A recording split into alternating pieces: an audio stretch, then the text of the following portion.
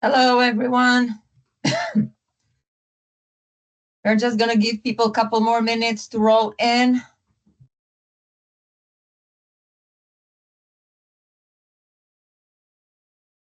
And we will start shortly. Meantime, we have a slide on the screen.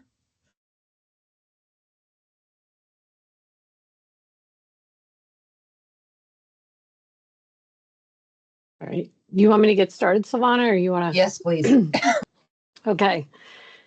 Good afternoon, everyone. Welcome to the Multistate Conservation Grant Program Applicant Information Session. I'm one of the presenters, Karen Bennett. I'll be introducing myself in a minute, and Silvana Yoroshik, our other presenter. But just while we're waiting for people to pour in, we expect to be presenting for about 70 to 90 minutes, and then we'll have a Q&A session following for a total time for this webinar of 2 hours. This session is being recorded. Silvana has started the recording, and the recording will be sent out to all who register after the event's over today. You can submit questions via the chat during the presentation. The moderator will compile and share chat questions with the presenters. And at the start of the Q&A session, we'll unlock microphones. And if you could raise your hands if you have questions you want to just share with us verbally, that'd be great.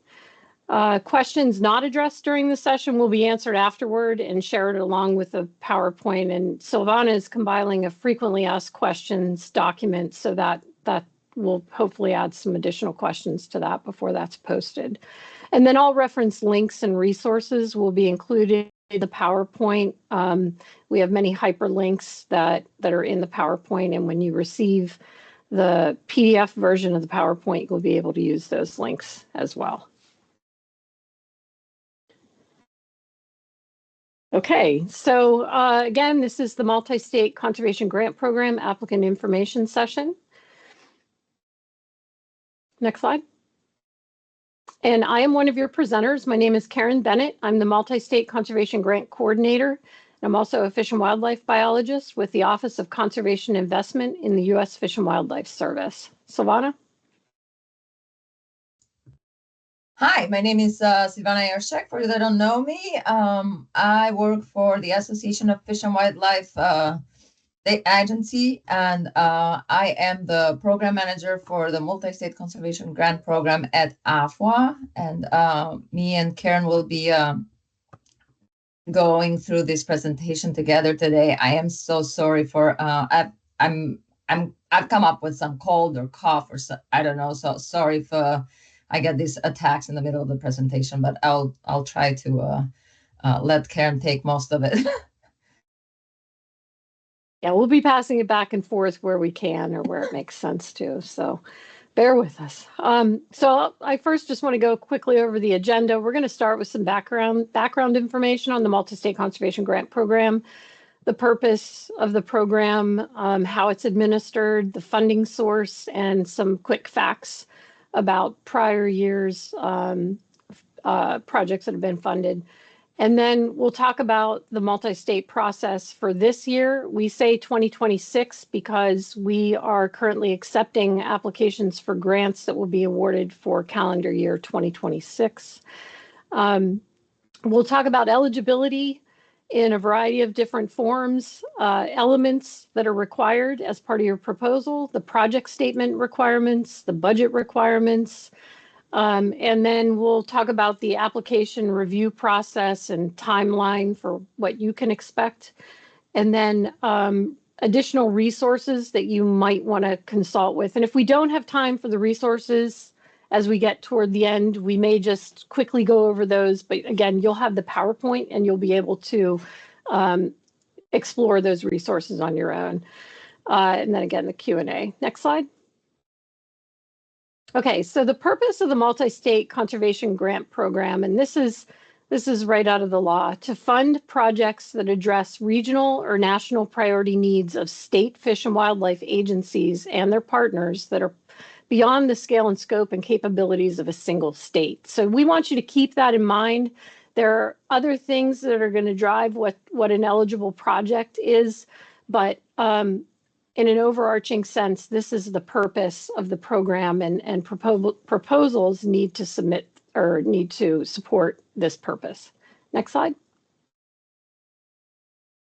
So the Multi-State Conservation Grant Program was established in the year 2000 under the Wildlife and Sportfish Restoration Programs Improvement Act, which amended the Wildlife Restoration Act and Sportfish Restoration Act to include the Multi-State Conservation Program. And in the year 2000, when it was first established, we started what's called the traditional Multi-State Conservation Grant Program. That means that up to $6 million is available annually, $3 million from wildlife restoration and $3 million from sportfish restoration, for wildlife and sportfish conservation, restoration, and management projects, and projects that provide public use and benefit from those resources. And that includes recruitment, retention, reactivation, or what we commonly know as R3. Then in 2019, the Modernizing Pittman-Robertson Wildlife Restoration Fund for Tomorrow's Needs Act was authorized, which added an additional $5 million available for hunter and target shooter recruitment, retention, and reactivation projects. Next slide.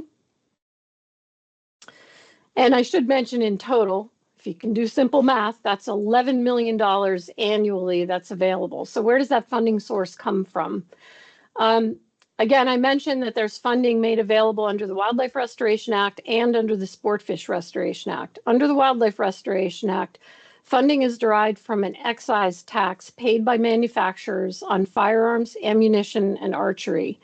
That funding is transferred to the U.S. Fish and Wildlife Service to award grants. And one of the grant, and this is just one of the grant programs. There's a much larger funding pot that's generated by these excise taxes that goes for other grant programs, including apportioned funds that get awarded to state fish and wildlife agencies every year.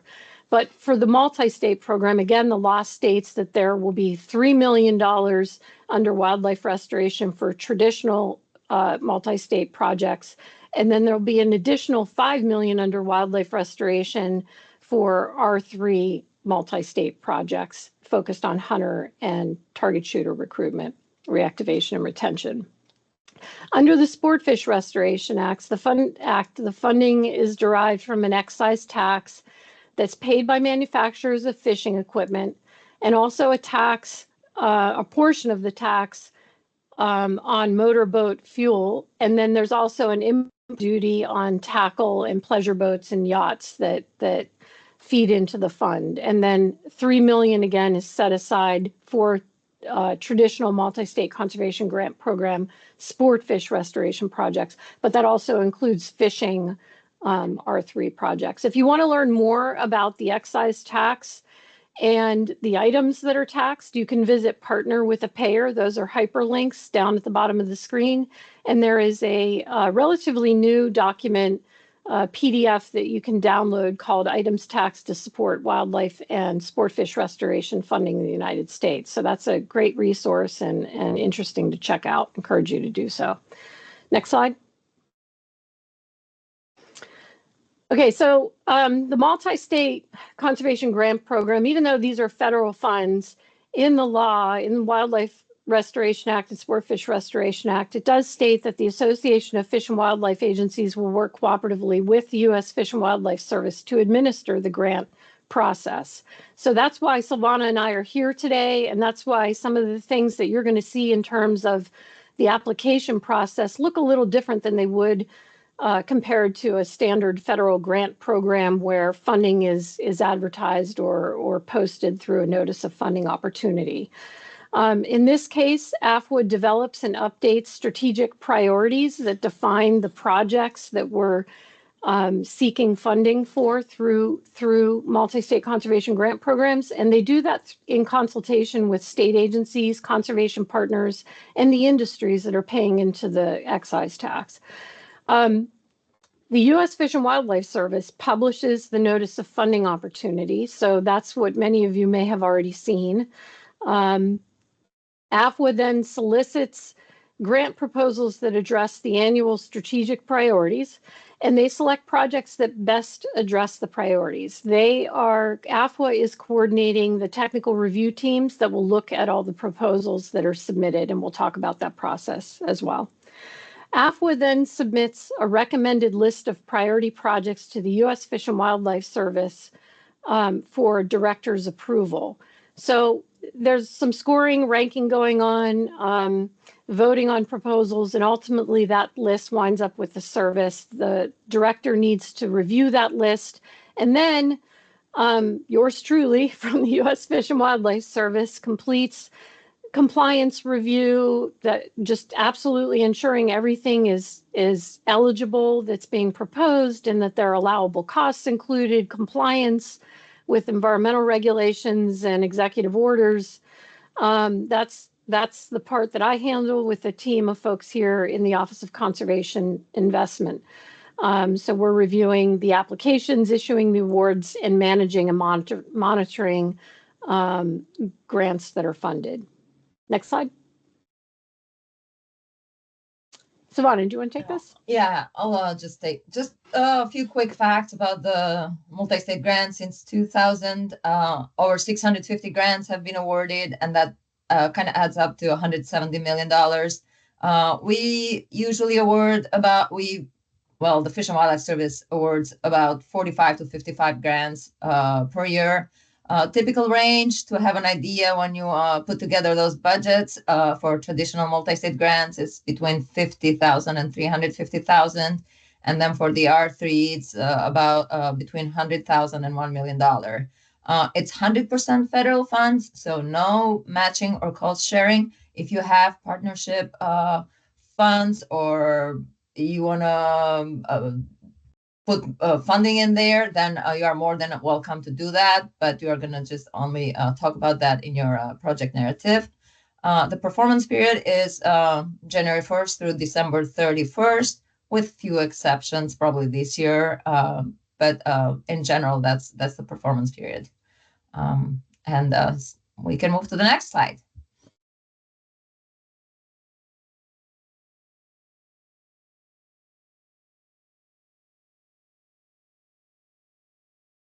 You muted.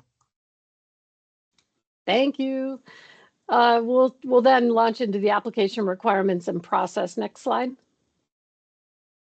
Okay, so some resources you want to have in hand and use as you're developing your proposal and thinking about eligibility of activities and other elements of eligibility. We'll discuss allowable costs and what's required in your application. So you're going to want to consult with the Notice of Funding Opportunity. That is a hyperlink to grants.gov. Actually, that might be to the AFWA website, where we have also posted the Notice of Funding Opportunity. It is also posted on grants.gov. You're also going to want to consult with 2 CFR 200, the Uniform Guidance for Federal Awards, Subpart E, Cost Principles. Again, that's a hyperlink, and we'll talk a little bit more about that later too. You're going to want to go to the AFWA Multi-State Conservation Grant Program website. You'll find there the 2026 strategic priorities, the AFWA grant proposal guidelines. Those guidelines complement what's in the NOFO. In many cases, provides additional or more detail that will help you. And you're going to find templates that AFWA has produced for the project statement, the budget narrative and budget table, and the required statements: certification, single audit, conflict of interest, overlap, and duplication. The latter, well, we'll talk about this in terms of how you apply, but those required statements are required at a later stage in the application process if you're invited to submit an application for funding. But the first thing the first place you're going to go to is the AFWA portal for submitting your proposals. We'll probably repeat this. You're not submitting proposals in Grant Solutions at this phase. You will be using the AFWA portal to submit proposals, your project statement, and your budget and table at this time. Those are due by 11:59 p.m. Eastern Time, September 22nd, 2025, and that is a Monday. Next slide. So eligibility, as I mentioned, has a couple of different aspects here. First of all, you have to be an eligible applicant.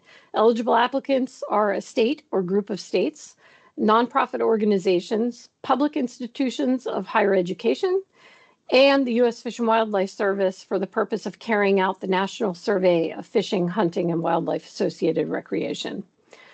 Projects, in order to be eligible, projects must benefit at least 26 states or a majority, that is over 50% of the states in a U.S. Fish and Wildlife Service region, or a majority of states in a regional association of state fish and wildlife agencies.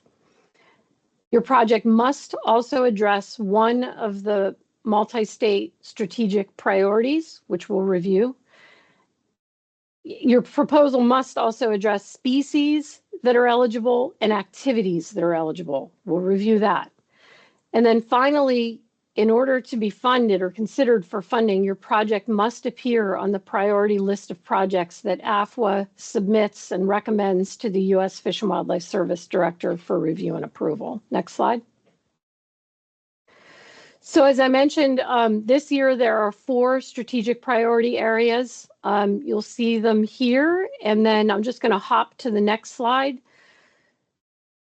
to show you where you can find them and what they look like. So the 2026 strategic priorities are found on AFWA's Multi-State Conservation Grant Program. This is a screenshot for what that section of their website looks like. And if you click on that hyperlink, you will open up a document that is, I don't know, it might be 10, 6, 7, 8, 10 pages. My point is that there's much more detail about these strategic priorities in this document, so you need to review this document. There are 4 strategic priority areas, but each of the 4 areas also has sort of sub-themes. Under conservation science, for example, landscape conservation, habitat connectivity, fish and wildlife health, human dimensions, and conservation social science, and so forth. If you go to that document and you click on, for example, landscape conservation, habitat connectivity, you're going to find more information and background about what AFWA is seeking on behalf of the state fish and wildlife agencies regarding that topic. So it's important, this is a critical resource that you want to use and ensure that your project is eligible by addressing one of those. And then always keep in mind, again, the whole purpose of the multi-state program, and we'll be repeating this as well, is to fund projects that address regional or national priority needs. Again, it's got to have that multi-state benefit, so keep that in mind. Next slide. Now, addressing species eligibility. The purpose of proposed projects must benefit the following. Under traditional wildlife restoration funds, if you're requesting those funds, your project must address indigenous or naturalized species of wild birds or mammals. No other species are eligible. Under traditional sportfish restoration funds, if you're requesting those funds, you must address sportfish species, which are defined as aquatic gill-breathing vertebrates with paired fins having marine or freshwater recreational value. Those definitions are in the guidelines. They're in the notice of funding opportunity. Context does matter. Other species may be eligible if the project's stated need, purpose, and results focus on how the otherwise ineligible species directly impacts the conservation of wild birds, mammals, or sportfish. For example, invasive species. You may want to focus on an invasive species that it could be a plant that's degrading habitat for waterfowl or sportfish, food resources that are impacting birds, mammals, or fish, sportfish, and et cetera. So there are ways that your intent of your project, your purpose of your project needs to be focused on wild birds, mammals, or sportfish, but in keeping with eligibility, there are projects that you might propose that do include ineligible species and can be eligible under the program, again, if it's tied back to the eligible species. Next slide. Okay, so in terms of activity eligibility, activities that carry out the purpose of the Wildlife Restoration, Sportfish Restoration Acts, which are described and defined as activities that involve conservation, restoration, management, and enhancement, again, of wild birds, mammals, and sportfish, and provide for public use and benefit from these resources, or I should say, or provide for public use and benefit from those resources. So examples under traditional programs, either wildlife restoration or sportfish, might be research on populations of those species, contaminants, diseases, invasive species, human dimension surveys, um, getting a better understanding of what the public thinks about management, for example, development of models, databases, technology, training, et cetera.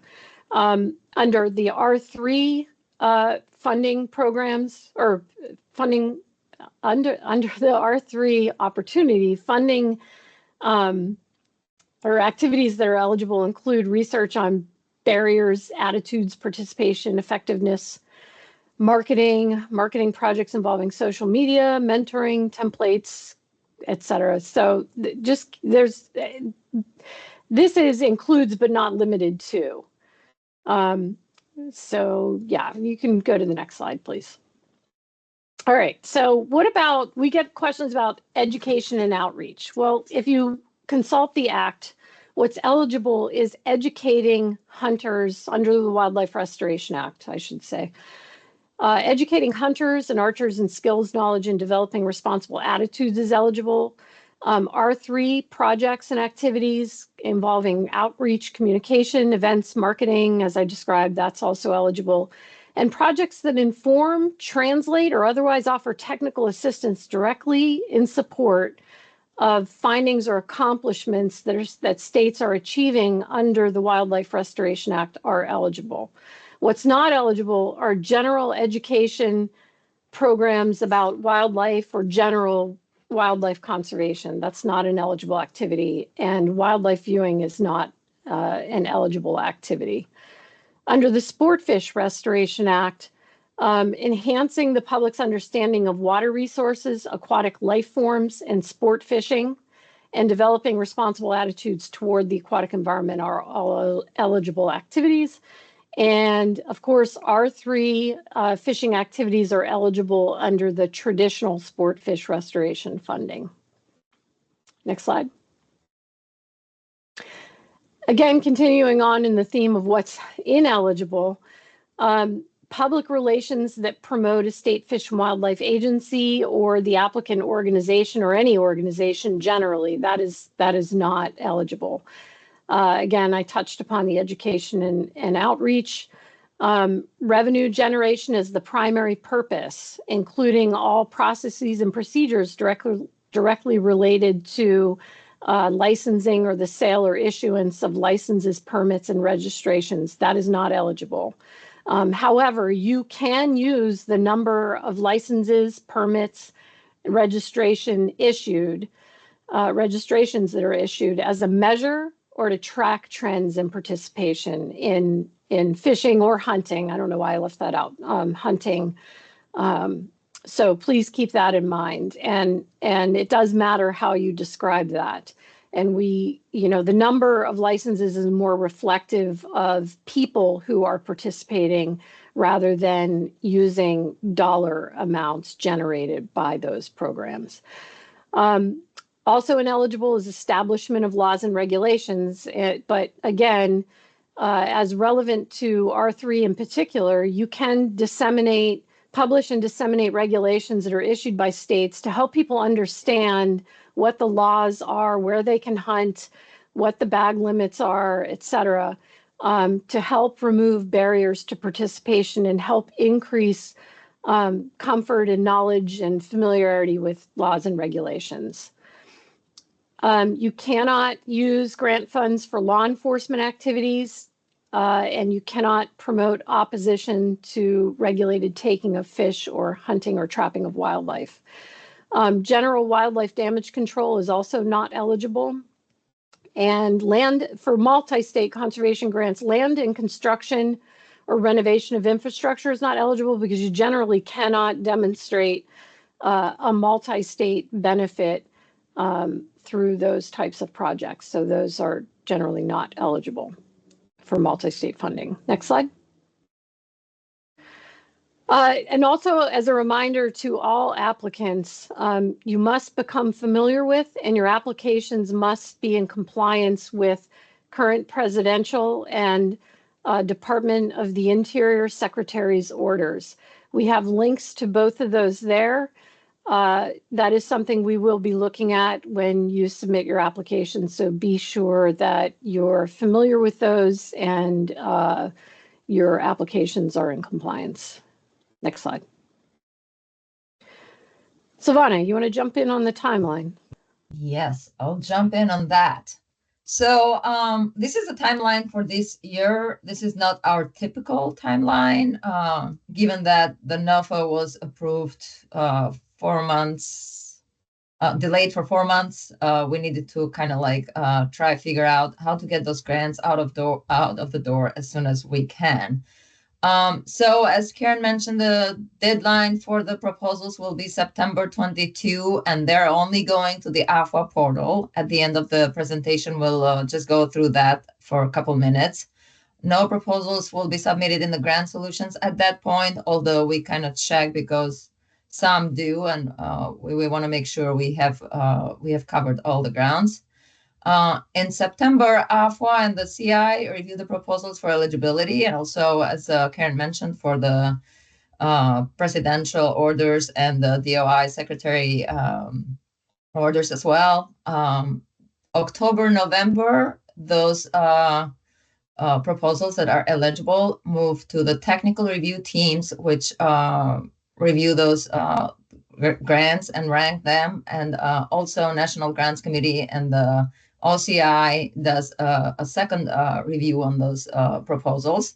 The National Grants Committee votes to advance the priority list of projects, which goes to state directors for the final approval. And that's the priority list of projects that AFWA submits to the Fish and Wildlife Service. The direct announcement is posted in Grant Solutions, and these will go only to those proposals that make it through. So for those that are new in the Grant Solutions, we might ask for a little bit more information from you for this direct announcement. And Karen can help me here. Well, like what extra information we're going to need. But I know we had issues in the past with that, where the organization name or the contact information wasn't in Grant Solution. It was hard to add people there. So in early December, the final applications with the requested edits will be addressing the feedback that you are going to receive from the reviewers, from Grants Committee, and the OCI are going to be due in AFWA portal. And then they also will be submitted in the Grant Solutions. In this second phase, you are going to need to complete the federal forms, and we'll talk about those in the following slides. Karen will go into details with those.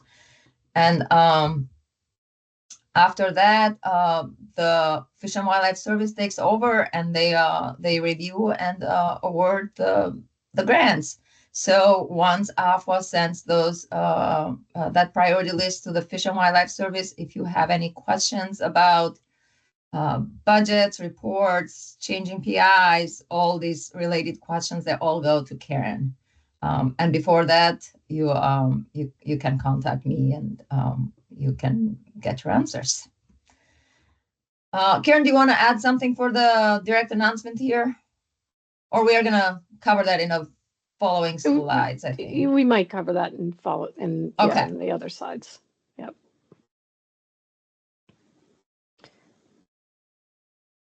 Did we go over this one? You okay? Yeah. Okay. All right. So part one, as we've been mentioning, there's this sort of two-part process. You're going to be submitting your grant proposal, which is comprised of your project narrative, and then in a separate template document, your budget narrative and your budget table together. Those two documents will be uploaded into the AFWA portal by September 22nd, 2025. And I maybe should also side mention here, Silvana, that we probably should add a third bullet here for letters of engagement, which we're going to talk about more toward the end. Silvana's going to cover letters of engagement and what that means and whether it's not going to apply necessarily to everybody. So, but those are things you're going to upload to AFWA's portal. And then, as Silvana mentioned, as it goes through the process, if your proposal winds up on the list where it's being recommended for funding, then you're going to get an invitation to submit your complete application, which includes additional documents in Grant Solutions. And we anticipate that's going to be in November. In Grant Solutions, you're going to upload your project narrative, your project statement. With those two, project narrative and project statement, we'll have to we haven't exactly been consistent about that, but that's the same thing. Project narrative is the same thing as a project statement. And you're also, those are the last two bullets, the project statement and the budget narrative and budget total will be uploaded to Grant Solutions. I say that because some people think, well, AFWA already got the project narrative and the budget narrative. I don't need to submit it again. You do need to submit it again. In addition to those, starting at the top, you're going to submit a project abstract, which is already in your project statement, but you'll need to submit it as a fillable form in Grant Solutions. So you're basically just copying and pasting your project statement abstract into the project abstract in Grant Solutions. You'll have the application for federal assistance, the SF-424. There'll be a federal form for the budget that you'll also fill out. So that's the SF-424A. Those forms will be available in the application that's in Grant Solutions and shared with you. There's also a disclosure of lobbying activities. If it's applicable to you, you'll submit that. And what's missing from this list, I think, is the required statements, which include conflict of interest, duplication of effort, and there's a certification statement in the template on AFWA's website that also indicates that you won't use any of the funding to oppose regulated taking of fish and wildlife.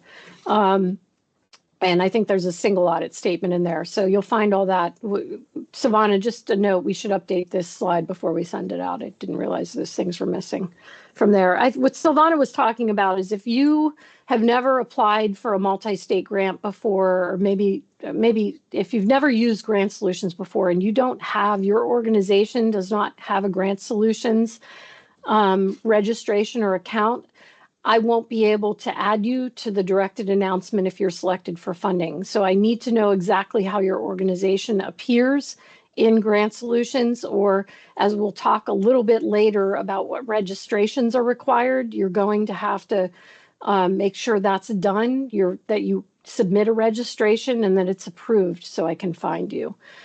Next slide, please. All right, so getting into the grant proposal, again, on AFWA's website, you're going to find the grant guidelines and the template. The guidelines provide an exact replica of what's in the project statement template, but it includes the instructions for what you need to fill out. I'm not going to go over all of this. Cindy, I think you can hit enter a few times because I think I have boxes. But anyway, one more time and then that's it. And then, so in the center section for project abstract, that's what you're going to use in Grant Solutions if you're invited to submit a final proposal or a complete application. So it's important that you follow these rules. This project abstract summary helps the reviewers have a capsule summary of what you're planning to do. So it's important that you write it to address that. But it's also important that it is limited to 4,000 characters because that's ultimately what Grant Solutions will accept, and that it addresses the project purpose, activities to be performed, expected outcomes, deliverables, intended beneficiaries, and whether there are any subrecipients involved or not. You have to spell out all words, names of organizations. Do not use any abbreviations or acronyms, at least the first time they're mentioned. Once you identify or define that abbreviation or acronym, then you can continue using it, but they have to be spelled out. So yeah, that's a summary of what's required for the project abstract. Don't forget, well, in the grant recipient contacts, you're going to identify the primary principal investigator and the primary authorizing official. These should be people that are or will be in Grant Solutions so that we can find them and associate them with your application if you're invited to submit in Grant Solutions. I didn't go over the other stuff. I think it's pretty straightforward. The grant start date, right now we're anticipating January 1st, 2026. We have an aggressive timeline for this review process. So you can go ahead and enter January 1st to December 31st. Next slide. Other information at the top, you can go ahead and enter, I think, hit enter twice, Cindy, thanks. Eligibility information, here is where you're going to clearly pick one of these. Identify your organization type so that we can understand how you're eligible.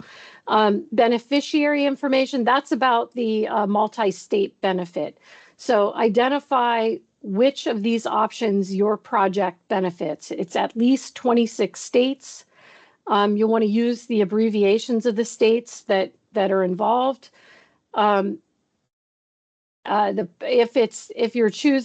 If your project scope addresses a majority or over 50% of the states in the U.S. Fish and Wildlife Service, again, list the states. Or if your project benefits states belonging to a regional association of fish and wildlife agencies. And if you're not sure what those are, there are links to each of the regions. The other important thing we're going to call out that I think we've mentioned in the past, but have not emphasized, but this is very, very important. In this section, and really throughout your proposal where it's relevant, you need to keep describing or reminding the reviewers how your project's benefiting the states or regions that you're selecting.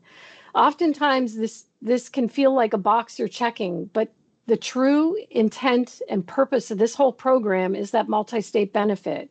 So you have to describe how those states are actually benefiting, even if sometimes there are projects that are proposed that involve a smaller number of states because what's being produced is going to help a larger number of states. So you need to explicitly articulate how that's going to happen. Next slide, please. You're going to call out the strategic priority that you're addressing with your proposal. And again, there's a hyperlink there to take you back to that document on AFWA's website. Eligibility standards in the template, I believe it's a checkbox, and it's just a way sort of to force you to say, yes, I've considered all the required eligibility standards and I meet those. So you're not required to put any more text there. It's a simple question. And cross-checking with you on that. And then you're gonna identify the grant program that's relevant to your proposal. Which funding source are you requesting funding under? Is it traditional wildlife restoration, traditional sport fish restoration, or are you requesting R3 wildlife restoration funding for hunting and target shooting R3 projects? Next slide. Oh yeah, there's boxes again, sorry.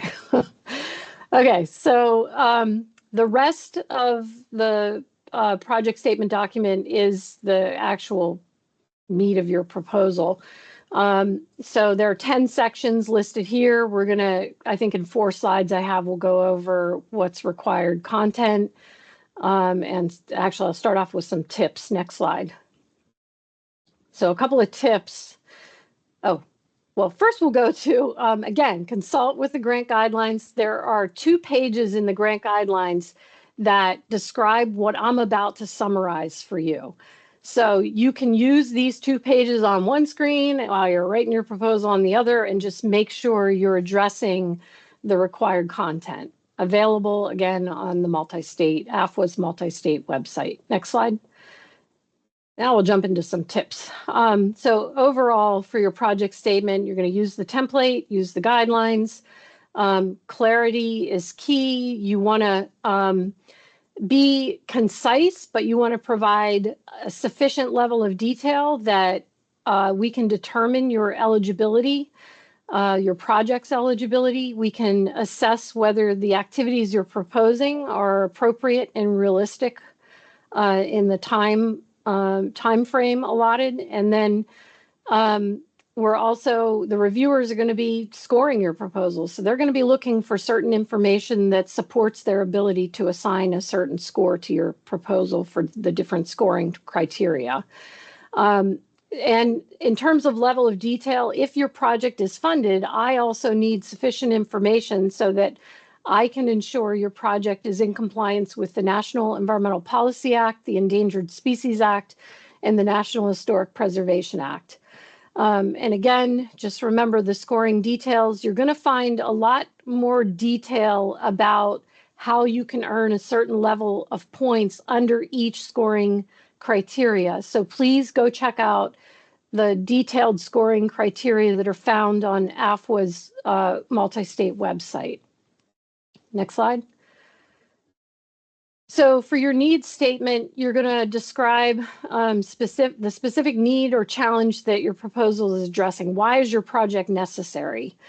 You're going to also address in that needs statement which strategic priority and how your project is fulfilling that strategic priority. You're going to describe the need based on evidence and facts. We want you to be excited about your project, but don't just rely on hyperbole and emotional descriptions about the need. We want facts here to back up why it's important to do your project. And also, just as a side note, a lot of people do this. Don't drift into describing your objectives or your approach, your methods in the need statement. This should be very tightly focused on the need, the why. There is, as you'll see here on this slide, a whole section to describe your objectives and approach and methods. But the next section after needs is the purpose statement. This is also a very brief capsule statement, no more than a sentence or two. It sets the stage. The purpose of this project is I've provided an example here. The purpose of this project is to increase participation in archery among adults aged 18 to 35 in the southeastern U.S. through interactive social marketing campaigns. Could it be better? Sure. But is it concise? Yeah. And it tells me exactly what I'm about to get into as I read further into your proposal. You'll include more detail about the outcomes under the results and benefits section of the project statement, and we'll get to that. The next section is your objectives, and you may have one objective or you could have multiple objectives. We want you to state your objective in one sentence using the SMART formula: specific, measurable, attainable, relevant, and time-bound. We want you to be realistic. Don't embellish your numbers or your targets for accomplishing your objectives because you're trying to get a competitive edge. Reviewers are going to see through that, and they may judge your project as unrealistic and score your proposal lower because of it. In the approach section, you're describing the methods that will be used to achieve your stated objectives. And I hesitated because there really could be multiple approach sections. If you have, say, 3 objectives, there should be an approach section for each objective. So you're going to list your objective, followed by the approach. List your objective, followed by the approach. The approach should include details. This is where you don't want to skimp. You want to tell us what activities will be carried out, how, where, when, by whom has what roles in performing which activities. All of that needs to be in there. We want you to include sufficient details, not only so that we fully understand what's happening, so that we understand that what you're doing is eligible, that gives an idea that you have allowable costs, although I'll be reviewing your budget more and your budget narrative for those details as well. But I also need that information for, I should say, efficient compliance determinations if your project is selected for or recommended for funding. Next slide. Under results and benefits, you're going to describe your intended results and expected benefits and the outcomes when the project is completed and the needs that you stated are improved or resolved. You can state the results and benefits in terms of fish and wildlife resources, in terms of users, in terms of the economy or society at large. How will these benefits be sustained? And what is the anticipated useful life of the results, deliverables, the services that you produce? How long do you expect those to last after you've completed your project? You can also address in here again, and it could be in multiple places, how you're going to attain that multi-state benefit that you selected for your proposal. Deliverables can be very brief, a bulleted list of deliverables that you're going to be submitting to the U.S. Fish and Wildlife Service and to AFWA after the project is complete. You can describe them in a sentence or two. Just keep in mind that if you're doing something that involves, for example, photos or video, and you're not using all of them in the final deliverable project, you still need to provide all photos and B-roll video to the service. That helps us give continued life to the investment that's been made in those products that will help us continue sharing messages about conservation and recruitment, retention, and reactivation. You want to describe how the deliverables will be shared with intended users. And the other thing to keep in mind too, and this is if your project is funded, in your notice of award, you are going to see a term and condition that requires you to acknowledge the multi-state conservation grant program. You'll be provided with a word mark and your award number that you would use on those deliverables. And there are more details that go along with that, which I won't get into today, but I also have another PowerPoint that describes that. So you'll be provided with instructions if the time comes that you have an award.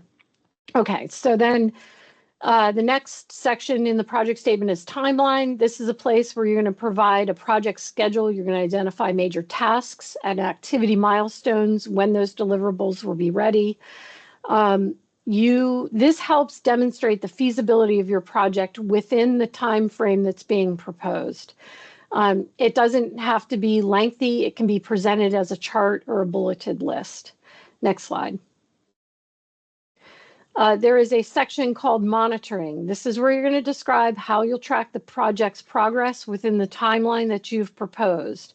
What activities are you going to conduct with your project team to ensure you're staying on track, to ensure for us that you're aware if significant developments arise, that you will communicate those with us.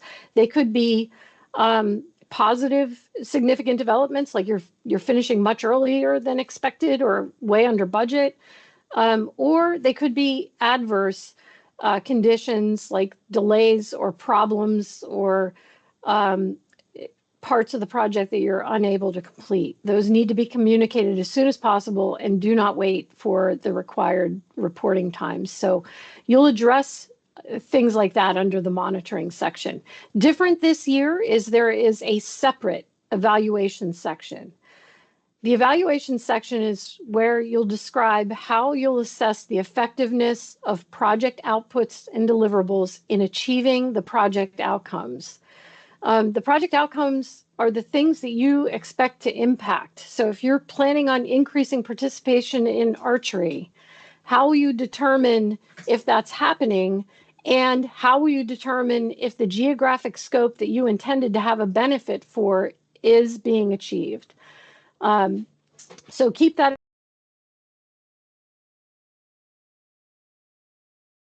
I accidentally muted myself. This is different than it has been in the past, so keep that in mind and please pay attention to addressing that. And then finally, key personnel qualifications. You're going to describe the key personnel working on the project. This goes beyond just the you should include the principal investigator, but other personnel who are significant to your project. It will help demonstrate your project's readiness and ability to complete your ability to complete the proposed project on time. You want to describe what each person's role is, what their relevant experience is, and their significance in terms of the project. We don't need CVs here, and in fact, we're asking you to limit all of this to just 1 or 2 paragraphs. We understand if you have a little bit larger team, please try not to go beyond that. We're not asking for CVs or resumes here, only what's relevant to the project. Next slide. All right, so we're going to jump into the second part of what you're going to submit to AFWA, and that is the budget information. The tips here are, again, use the template AFWA has provided. It includes in one document the budget narrative and a table. That's available on their website. You want to consult with AFWA's grant proposal guidelines for, just like the project statement, detailed instructions for what needs to go where in the budget narrative. Consult the Notice of Funding Opportunity for additional budget information, and as always, refer to 2 CFR 200 cost principles, which apply to all federal financial assistance. The aim with your budget information is that you're going to demonstrate that your project is cost effective and that your proposed costs are necessary and reasonable and relevant to accomplishing your project objectives. You're going to provide sufficient detail to demonstrate that your costs are allowable and they are allocable. I will describe what that means in the next slide. Next. Okay, so allowable costs. Again, your costs need to be necessary and reasonable. They have to support what you're doing for this project, support the objectives of the project and the approach that you're taking. No double dipping. You cannot include costs that are already covered by another federal grant program. Your costs need to be adequately documented. You know, as you're compiling your budget, you should base those costs on the best available information. And if you are awarded a grant, you need to maintain adequate records of your expenses in your files in the event that you're audited. And you can only incur costs for your project during the approved grant period, which right now is January 1 to December 31st, 2026. What I meant by cost allocation methods, or what you need to do is describe your cost allocation methods in your budget narrative. What that means is if you're proposing an activity that benefits other programs, projects, or other activities that are not part of your proposal, then you need to break down what portion of what is eligible in that cost is being applied in your budget. An example might be if you're proposing to update a website, and the website, there's only a portion of your website that is relevant to this project. You may have a larger contract with a vendor who's going to overhaul your website, but you can only cover website development under Multistate that's relevant to your project objectives and approach. So if your contract for that service is $50,000, maybe only $7,500 of that cost is eligible, and you'll have to describe how you arrived at $7,500. You'll have to describe how how you came to that number. So keep that in mind. If you have any questions about that, please give me a call. It doesn't come up very often, but it does, and we want you to be aware of it. Again, the cost principles are there. Not only do they describe what is allowable, but they also describe what's unallowable. Just a glimpse of a few things that often come up in terms of questions. Unallowable costs include general advertising and public relations. We talked a little bit about that in terms of ineligible activities. You cannot perform general advertising and public relations for your organization or your agency. You can perform marketing that will help implement your project objectives. If it's related to carrying out your project objectives, it may be eligible. And an allowable cost. You cannot use grant funds for fundraising, lobbying, to pay for entertainment or alcoholic beverages, and you cannot incur costs outside the award period, with the exception of those of you who are familiar with 2 CFR 200. Closeout costs were added as of last October as an eligible cost during the closeout period. Next slide. Again, this is just a snapshot of what you'll see if you open the grant proposal guidelines. It's all right there, instructions for what goes under each of the subheadings in the budget narrative. I'm going to show you the budget table as well in a second.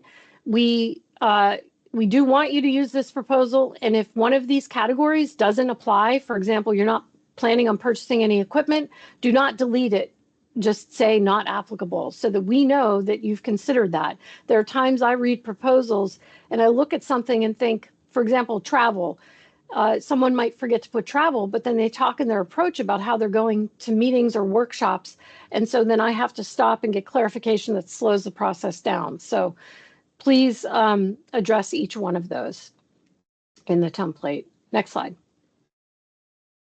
So in the budget narrative, quickly going through each one of those sections, it's in the template under personnel. You're going to list the positions that are involved, describe their role. Why are they part of the project?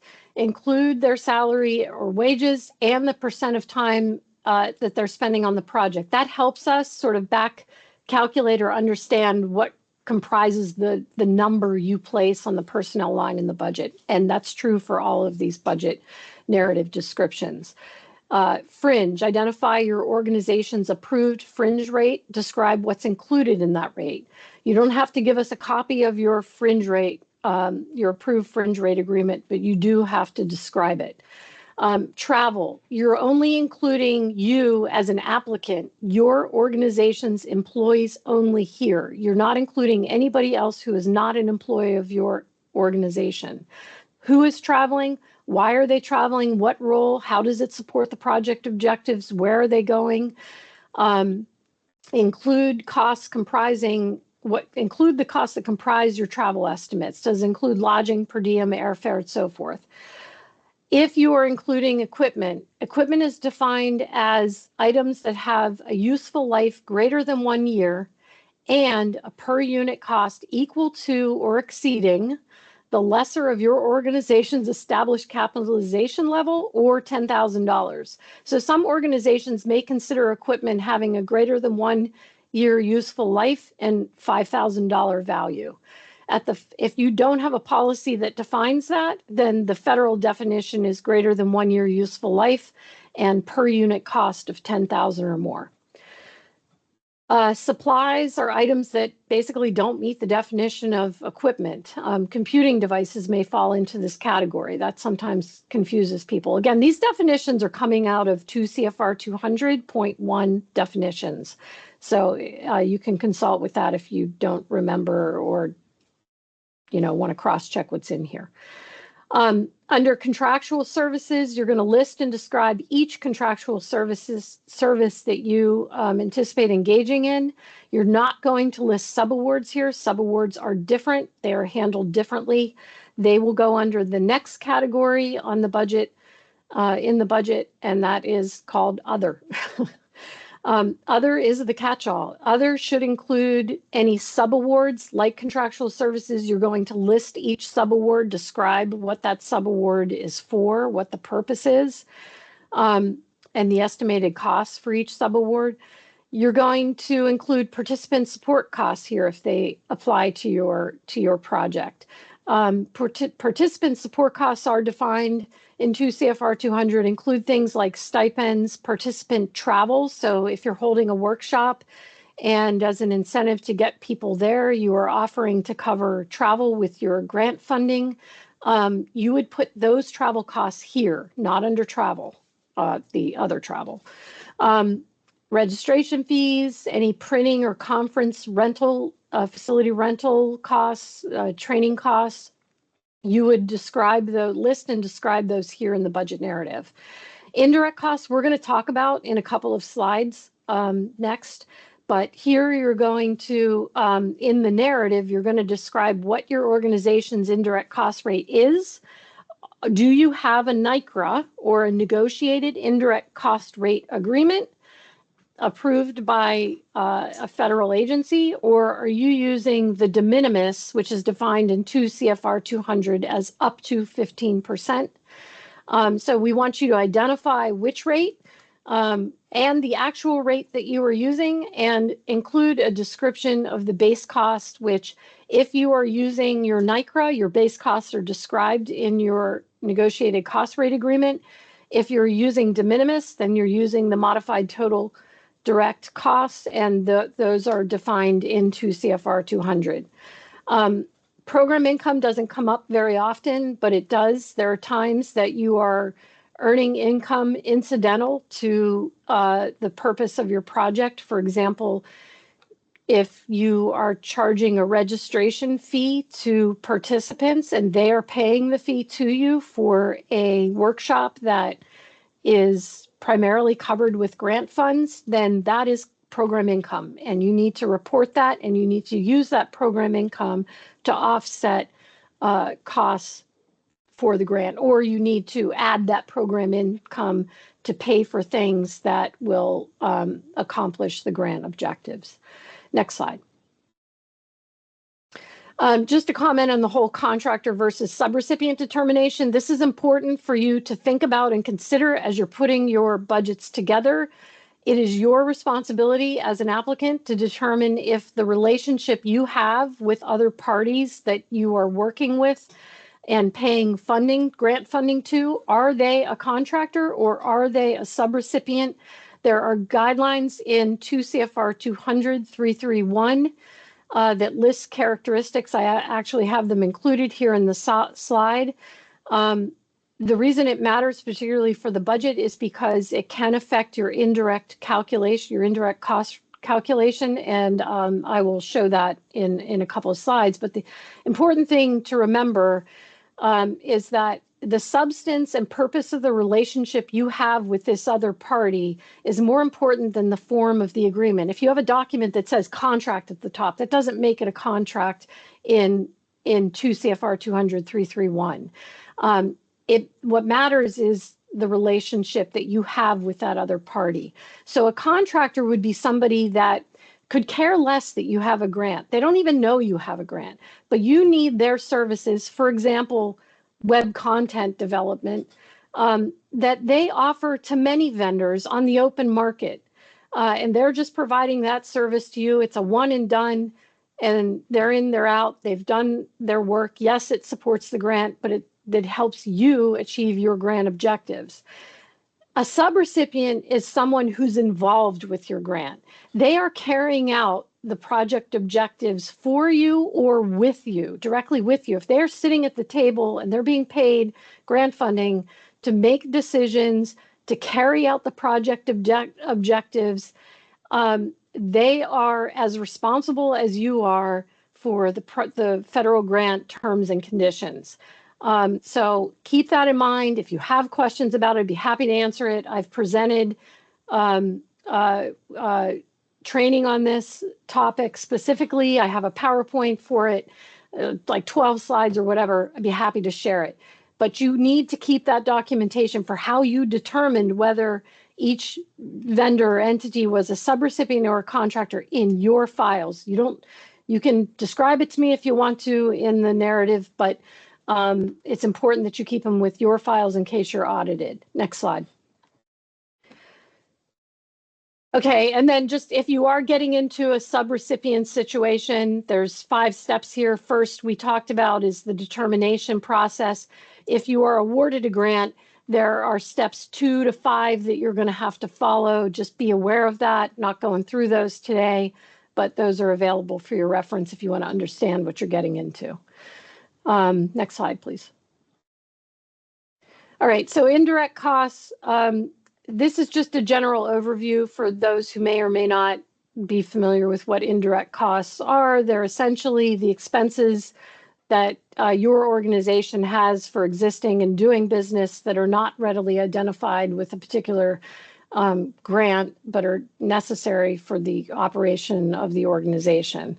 That's it in a really brief nutshell.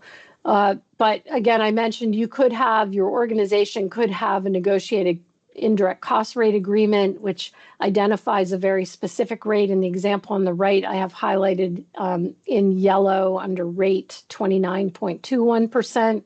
That's what that's what's in this particular organization's agreement. You could have 30%, you could have 40%. It just depends on what's been approved for your organization. If you're an organization that does not have a NICRA, then you may use a de minimis rate, again, defined in 2 CFR 200. 414 is the section you want to consult with. It's currently up to 15%. You don't have to charge 15%. And by the way, you don't have to charge any indirect. That's entirely up to you.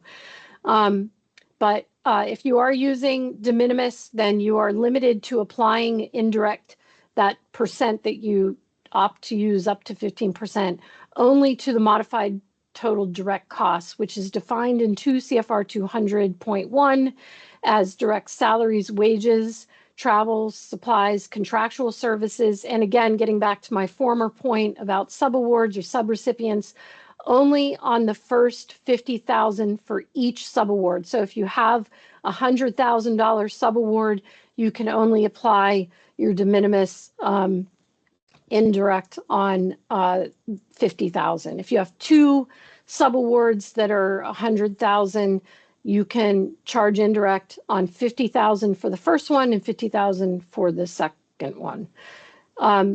MTDC excludes these items in this list. I won't go through all of those. And if your organization has a NICRA, the base highlighted on the right, these are two different examples, screenshots that you can just provided as examples that describe the base. So like MTDC is described, your individual base that you can apply your indirect to is maybe different. Every organization might look a little different. In this case, it's total direct costs, less capital expenditures, and less pass-through funds. Pass-through funds for this particular NICRA are defined as payments to participants. We talked about participant support costs, stipends to eligible recipients, subcontracts, and subgrants. So this one includes contracts and subgrants. And by includes, I mean you cannot charge indirect on these two items for this NICRA. Others, it does allow for you to charge indirect, but there's often language here that looks something like you can't charge on more than the first 50,000 of each subaward or subgrant. Next slide. Okay, so I have two examples of the budget table. In the budget template, this is what the table looks like here on the left. And the reason I have this example here, I have one for if you're using a NICRA and one if you're using de minimis. But for this one, if you're using the NICRA, let's just say your estimated costs under each budget category under the column 2026 MSCGP costs are listed there. That's your budget. That's your whole budget for your grant. In this second column, what we're asking you to do and why it's kind of not bolded is this is your worksheet, sort of to show your math on what you applied your indirect to. So in using this example where you can apply your 29.21% to total direct costs less these other items, you're going to carry over into this column. Okay, you can apply the indirect 29.21 to all personnel costs, all fringe costs, all travel, all supplies. Oh, you're buying equipment, but not eligible under your negotiated indirect cost rate. So that doesn't get to carry over. I may have made a mistake there. I'm looking for equipment over here. Let's just say it said that. And then under participant support costs, even though you have 18,000, you cannot apply your indirect to that, so you don't get to carry any of that over. Subawards, you cannot carry any of the subawards over. So you're just adding up what your total direct costs are that you're allowed to apply 29.21% to. And if you do, the math works out to 13,172. That shows us how you came up with the number you're entering on the indirect cost line over here. You will show us again what your indirect cost rate is, the total amount of indirect cost, and then the total value of your proposed budget is here under total expenses. If you are not proposing to charge indirect, do not put anything in this column. And this line here will be blank. And you could say in here 0. And in your budget narrative, you will say not applicable. Underneath the budget table, you're going to break this total value out. And let's just say this particular project was a research project proposing to evaluate aquatic habitats for waterfowl and sport fish. So if that's what they're doing, they're eligible to request funding under wildlife restoration traditional and wildlife restoration traditional and sport fish restoration traditional. They're not requesting any R3 funding. So just show us how you're breaking out your request there at the bottom. Next slide. Okay, so this is another example. This time, if you are using the de minimis rate, and let's just say, okay, you use 15%. I see I have a typo over here on the left under indirect costs. On the far left of the budget table, I wrote 10%. I think I didn't update that from last year. But in the math, we're going to use 15%. So you're just showing your math over here on the right under this column labeled base costs included in indirect cost calculation and carrying over those items listed in green under MTDC includes if they are eligible to have the indirect cost rate applied, include them, show your math, carry your indirect over, and then at the bottom break out. In this case, this is a proposal that is proposing a human dimensions and marketing training for R3 practitioners, those who engage anglers, hunters, and recreational target shooters. So that in that example, the person or the applicant is requesting traditional sport fish restoration funding for the R3 fishing component, and they're requesting R3 wildlife restoration funding for the hunter and target shooting component. Next slide, please. Oh, good, I get to take a break. Silvana, you're up. Thank you, Karen. Time for you to take a break. So we are going to talk a little bit about the letters of engagement. These are new this year. We didn't have those before. The applicants decided to send letters of support or letters of commitment before, and but this year we made it a little bit more official. What we want from you, or what you need to submit if you are going to submit a letter from some other organizations or states. So if your project relies on the engagement of states for activities needed to achieve your objectives, then those letters are not required, but strongly encouraged. They're not going to give you extra points, and they're not going to take points away from you. And the letters should demonstrate that these states are willing and able to participate in these activities. Now, if you have specific states identified by name in those objectives and or the approach, then the letters of engagements are going to be required. Say that you are planning to have to implement a project in like 5 states out of 11 states of the region, or no, we'll say 6. That's the majority, over 50%. 6 states out of 11 states in the region, then you are going to need to submit a letter of engagement, because if 1 or 2 of those states are going to drop and are not willing to cooperate with you, it's like one of those eligibility criteria where you must have majority of the states in a region. So that's going to make sure that reviewers know that you are going to engage with those states, and those states are going to engage with you.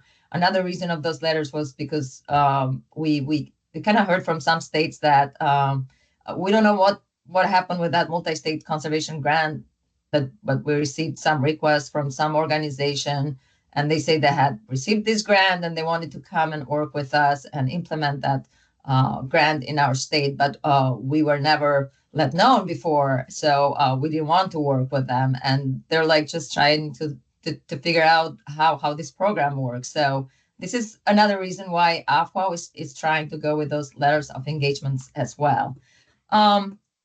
What can you include or in those letters? These are just some suggestions. It's really not that you have to follow this, but just some general information on the engagement type, training, data sharing, toolkit developments, just a brief description, target number of trainings or participants or data sets shared. Which division are you engaging with? Are you engaging with outreach and education? Are you engaging with human dimension? Are you just engaging with the whole agency? Whatever that involves. Letters of support, no. If you are saying, bringing a letter and say from a state that says, hey, we like this organization, we support their proposal, and they're good to go. You might submit those, but if we see those letters not necessary, not needed, we are not going to forward those to the grants committee or the reviewers. So that's what I got for the letters of engagement. Cindy, can we move?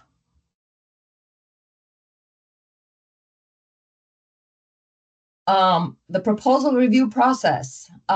We went through the timeline a little bit, and there was a part where the review process. So after the September 22nd, all the proposals are reviewed by AFWA and the OCI for the eligibility and any obvious red flags. If we find issues with eligibility, those proposals are not going to be moving forward to the technical review teams, and you will be notified like within 30 days that your proposal hasn't moved to the review teams. After AFWA reviews those proposals, it will assign the eligible proposals to the review teams for review and scoring using the technical scoring criteria. If you click, when you receive this, the scoring criteria are posted in the AFWA website, but if you click on that link, it will take you there as well. There are 4 review teams, and they're based on the strategic priority. The review teams are composed of state representatives, and then we have NGOs, universities, industries, and all other partners involved in those review teams. Each review teams will meet and discuss scoring and rank the applications. And then a draft list of the proposals will be ranked by the review, will be sent to the Office of Conservation Investment, and then they will be reviewing that in details for compliance. Then AFWA National Grants Committee will review and finalize the draft priority list of the projects. And that's what all the review process involves. Next. I mentioned the scoring criteria, and I'm not going to go through them. There's a lot of like criteria in the rubrics, but a maximum is going to be 100 points. I would suggest when you write your proposal to kind of like read those criteria through and see how you can get the maximum of the points. They're really detailed. Each criteria is weighted for the need, 10 points, for the benefits, 15 points, and each of those have like a bunch of like questions that will help you direct you on writing your proposals as well. Cindy, next. Oh, Karen, your break is over. I'm back. Okay, so, and we only have a few more slides, so I think we'll be able to leave enough time for Q&A.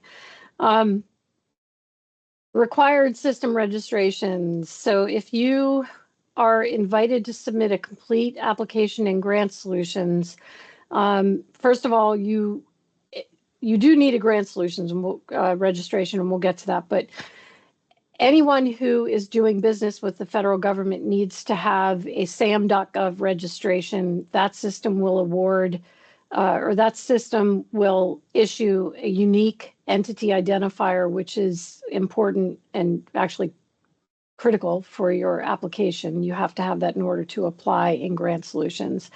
GrantSolutions.gov, you'll also need to have your organization registered if it's not already, and user accounts for those who are involved with the application, including your authorized representative and your principal investigator. The organization itself has to also be registered, but users have to have their own accounts and they have to be associated with the organization. And then also, if you are selected for and receive a grant award, you will have to be registered in the Automated Standard Application for Payment System, or ASAP registration. Registration for any of these things doesn't necessarily happen quickly, especially if there are typos and you're not aware of it and the people reviewing your registrations aren't aware of it. Those things need time to sort out. And I've already heard of and seen issues with typos, so just be mindful of that. And then delays in obtaining any of these registrations in the system may delay an award if your application is recommended for funding. So this is important, and this stuff can happen even now while you're waiting. You don't have to have an award pending to have registrations, but it does set you up in the event that you need to be ready. Next slide. So again, in sam.gov, it's going to issue the UEI, or Unique Entity Identifier, upon registration. It's a 12-character alphanumeric code. Your organization is issued the UEI, and it stays with your organization. So if your organization is already registered, you don't need to register again. But what you do need to do is make sure your registration is not expired. Your registration in sam.gov must show as active. So please check on that, because trying to revive an expired registration can also take time, especially if personnel who originally managed the registration are no longer with your organization. It's like Fort Knox trying to get back in. If you're new to registration, and I've been dealing with several applicants lately who are, we have in the NOFO that it can take months. That's standard template language.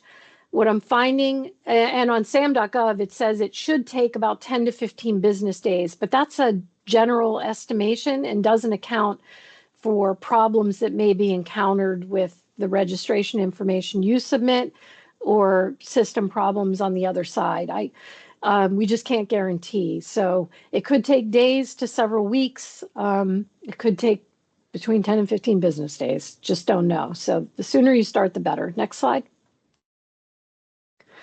For Grant Solutions registration, Grant Solutions is the financial assistance software platform that many federal agencies use to manage grants throughout the entire grant award lifecycle, from application all the way through issuing the award to submitting your performance and financial reports. So if you are new to Grant Solutions, the first thing you want to do is make sure you register your organization. And just to be clear, there are instructions for this. These instructions appear in the Notice of Funding Opportunity, but I've got them pasted here. This is an email exercise. So you are going to send an email to help@grantsolutions.gov with the information that's listed there. You'll see that you have to provide your sam.gov UEI, Unique Entity Identifier. So you got to do the sam.gov first before you can do grantsolutions.gov. Then once your organization is registered, once your organization is registered, or if it is already registered, you also want to make sure that you have your organization recipients, your employees, whoever is going to be submitting the application and or serving as authorizing representative and or serving as principal investigator. But there absolutely has to be an authorizing representative and a principal investigator identified for each application that's submitted through Grant Solutions. So you might as well, you really should be, you need to request user accounts for those. For that, there is a form that you fill out that's available on the Grant Solutions registration page. We've provided a hyperlink to that page right there. And they provide a form, and the sentence I copied right off the page is fill out the recipient user account request form. That form will need to be signed by someone in your organization who's authorized to give you access. So that by by completing the user account request, you are not only requesting an account, but you're getting it associated with your organization. Next slide. And then this automated standard application for payments, ASAP. If you're awarded a grant, this is where you are required to submit requests for reimbursement. So it's all handled electronically. You can be waived, but I'm not aware of any organization that I've ever worked with is waived, and it's very convenient. So it's strongly encouraged to also get that set up. I would also strongly remind anyone who has an ASAP account to please be sure that your head of organization, your financial officer, and your payment requester are all up to date and correct. We have had organizations where all those people have turned over and nobody has access to ASAP. If that is your problem or issue, please email me and I can help you get that sorted out. I am not involved with ASAP, but we do have staff within the Office of Conservation Investment that can help resolve that issue. Next slide. Okay, over to you, Silvana. Oh, this is just a reminder again, what's going to happen next. September 22, 11:59 p.m. is ET. Please submit those proposals. We cannot give you extra time. We are very tight on time this year, this cycle. So please submit. Don't wait for the last minute too. Might be issues with the website, might be issues with someone in your organization that needs to sign papers. So please make sure you have those grants in the portal by September 22nd. Again, no submitting in grant solutions. You will hear from us when you need to submit in the grant solution. So ignore that part for now. And no tracks. If you are new to the multi-state grants, we used to have a tracks, which is a reporting system. We used this before, but we haven't been using this for last 3 years. So we just kept it there for 1 more year. No tracks for this cycle. Next, please. And resources, if you are in this webinar and you registered for it, I'm sure you might have seen this website. This is in the AFA website. It's the Multi-State Conservation Grant Program page. And if not, you click on that link and it will take you there. That's where all the application forms are, applications, guidelines, NOFO, all the useful information that you need for this cycle, a timeline on the side there as well. And this is the Multi-State Conservation Grant Program annual report as well that you can read and see what happened in 2024. Next, please. Another great resource is the database. I don't know how many of you have visited this page, but the database is it has over 650 projects in there that have been previously awarded through the Multi-State Conservation Grant Program. You can search by priority, you can search by year, you can search by organization, you can search by keywords. You're going to find information on the objectives and purpose of a certain project, and if it was finished, closed, and we had reports, you will be able to see the reports. You'll be able to download any publications that came out of this of that grant. It's a very useful site that you can visit and make sure that you are not duplicating on things that have been done before, or you can get ideas on things that haven't been done for like 20 years and you can update them. So it's a great resource to go and check out before you sit down and write your proposal. Next, please. Skip that, please. It's the same. Another resource is the Partners with the Pairs website. This is hosted by the Fish and Wildlife Service. There is a lot of information there. It's a great page as well. But in this site, you also will find the Multi-State Conservation Grant Program project abstracts from the most recent years. I think it's 3 or 4 years. So I think the 2025 grants have been updated as well. And you can just go and read the grant abstracts there. Next, please.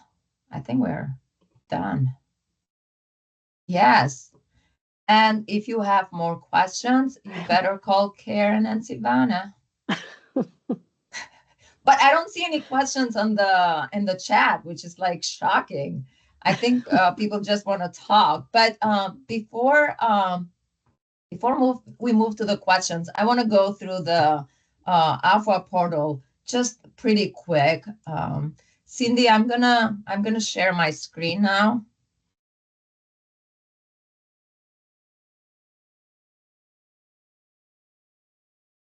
If you were previously, if you were in this if you were a previous applicant, you know how this all thing works.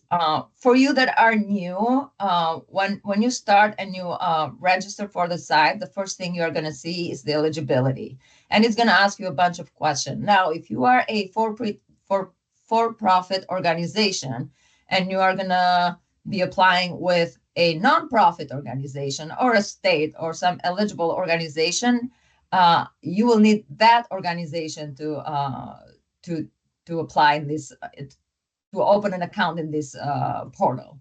So once you open the account, you're going to see all the programs there from the time we started 2020, but you're going to go to the 2026.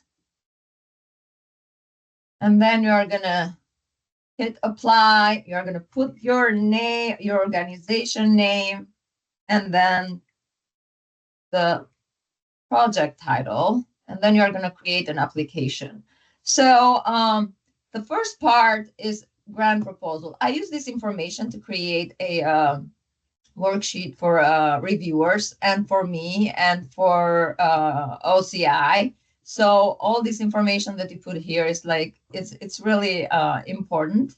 The funding sources, we talked about those. If you have questions about the funding sources, if it's like a sport fish restoration traditional, or is it a wildlife restoration traditional, or can I ask for R3 funding, and you are not clear, please call us. And if those numbers are wrong, or like they don't look right to us, you are not going to be kicked out of the program. We're going to talk to you, and we're going to get to the right numbers. Another part I want to mention is the project abstract part. So I talked about that database.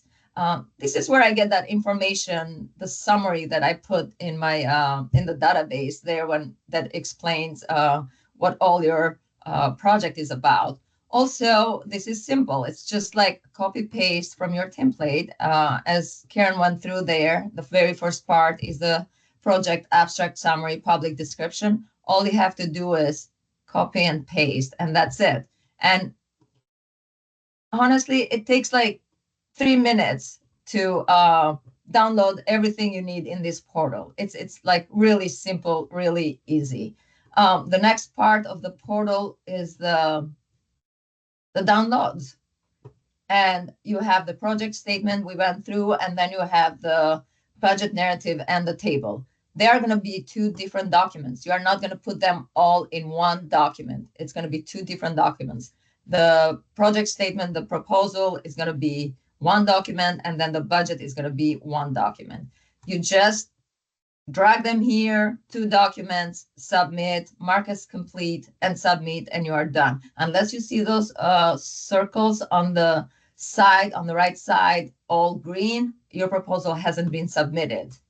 So make sure both those circles are all green when you submit your proposal before you say, oh, I submitted it. So check on that.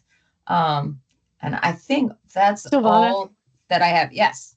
did you also want to add, is this where letters of engagement would also be uploaded here? Yes, I I'll have to. Yeah. Letters of engagement are going to go here, and you'll be able to download 3 things here. So sorry, you're right. I don't have a template for letters of engagement, so I gave some ideas what I can put a template together, but I don't want to make the applicants feel obligated to fill every single thing of that template. And I think that's all we got. That's all we have, but there are definitely questions popping into the chat Yeah, I now. see all the questions now. Okay. Karen, I'm gonna let the first one. It's eligibility question. Yep. I'm gonna let you. Yeah, I mean, on a quick read of this, it does appear that it could be eligible. I mean, it's all in how you describe it and how you make the case for how you'll ensure that that multi-state benefit is achieved. If you're doing the work of developing the identification method in one state, but you partner with states in other regions that has 50% of state impact. Yeah, I mean, it's a little bit confusing the way it's written, but I mean, it's going to be, it'll depend on how you describe it. It sounds like it could be. There has to be an intent and a purpose. The reason you're doing the project is to have that impact, at least to the minimal number of states required as described in the eligibility. I hope that helps. I mean, on first glance, it looks like it could be, but yeah, I would just make sure you're describing that multi-state benefit clearly. Okay, I can did that answer your question? Who was that? Anne? Anne? Yeah, I guess I'll unmute. I was trying to type a response and maybe it's easier. Yeah, I think my question is just kind of like how the regions are compared to where the species is. That, we would be in our region, the species wouldn't impact 50% right now. It would only impact one or two states in the Northeast right now, but it does have an impact and a benefit to many states in other fish and wildlife regions. So that was kind of my question, if we're not located there, but the species occurs other places. I will just say if it does have that, tangible, applicable benefit to another region and you meet that 50% of that other region, then yes, it could be eligible. Again, I won't ever say definitively until I see what's being proposed, but it sounds like you could make that work. Okay, it sounds like something maybe to keep communicating with you about, and then it's not a definite no. Yeah, I think depend. Right. So the example I'll give, somebody had asked, I've had this question a couple of times. I'm proposing to work on a bird or mammal that whose range is limited to only a handful of states, and you can't make it meet 26 or more, or half of the service region, or half of a association of fish and wildlife state fish and wildlife agency region, then it's just not eligible. Unfortunately, it's not a fit. But in your case, it sounds like what you're saying is it is applicable to these other states and would be useful and helpful. So that's another way of thinking about it.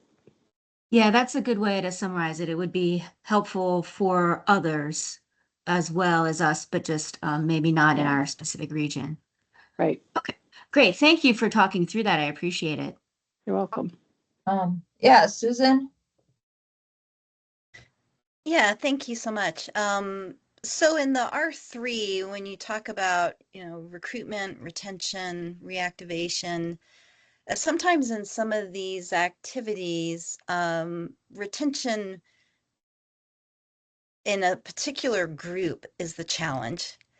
And so how, and I know that, we want to be as inclusive as possible to all groups. How can we identify a particular group that might be a challenge in terms of retention, like let's say in fishing, for example, without that being an issue? Participation increase? Well, if you have data to back up why you need to focus retention on a certain group. And if you don't have the data, there are lots of studies out there for fishing, hunting, and target shooting.